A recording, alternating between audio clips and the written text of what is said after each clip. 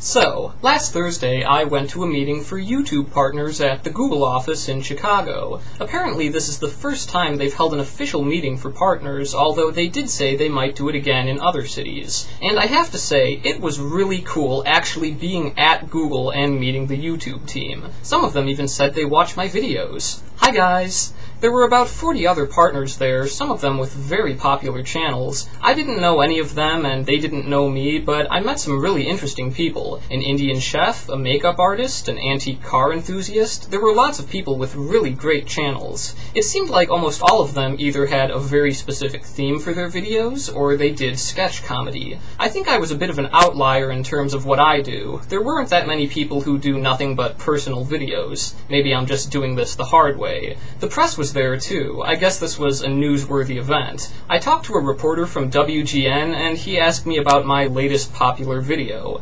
I told him it was about Insane Clown Posse. I am just great with the media.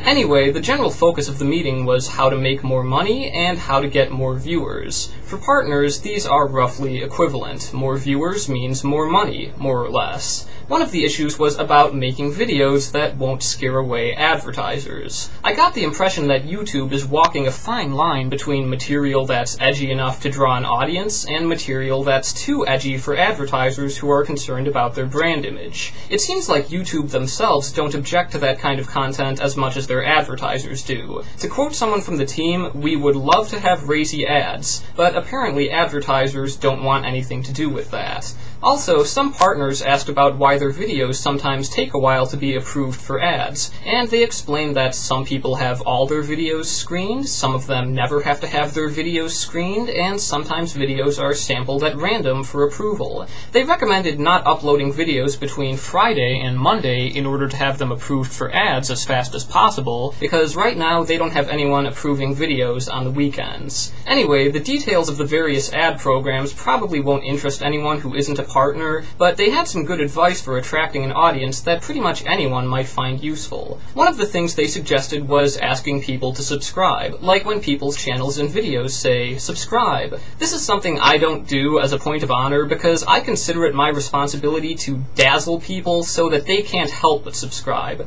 but apparently just asking works too. Where'd that thing go?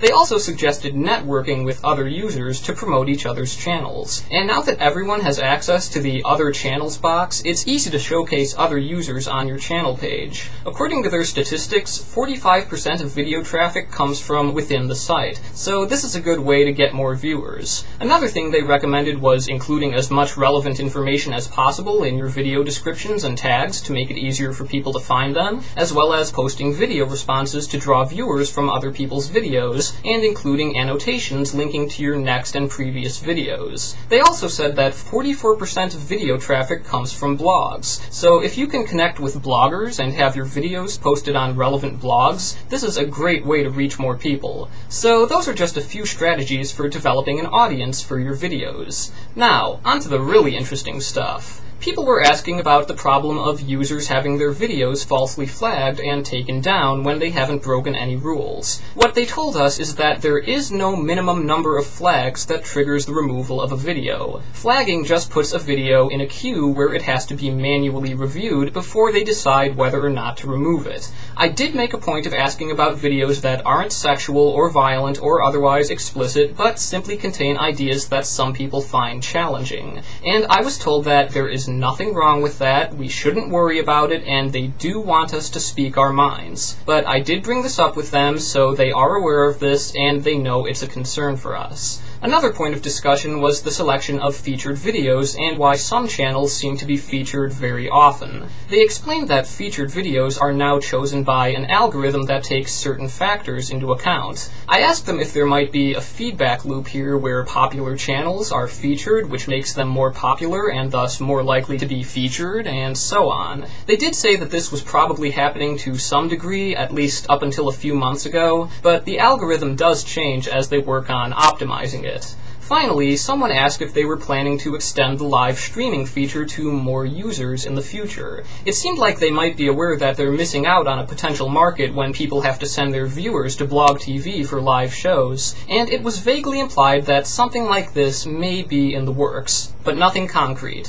Anyway, the meeting was just wonderful. It was great talking with other partners and the YouTube team, and if you ever get the chance to go to one of their meetings, you definitely should. You might even get a free shirt.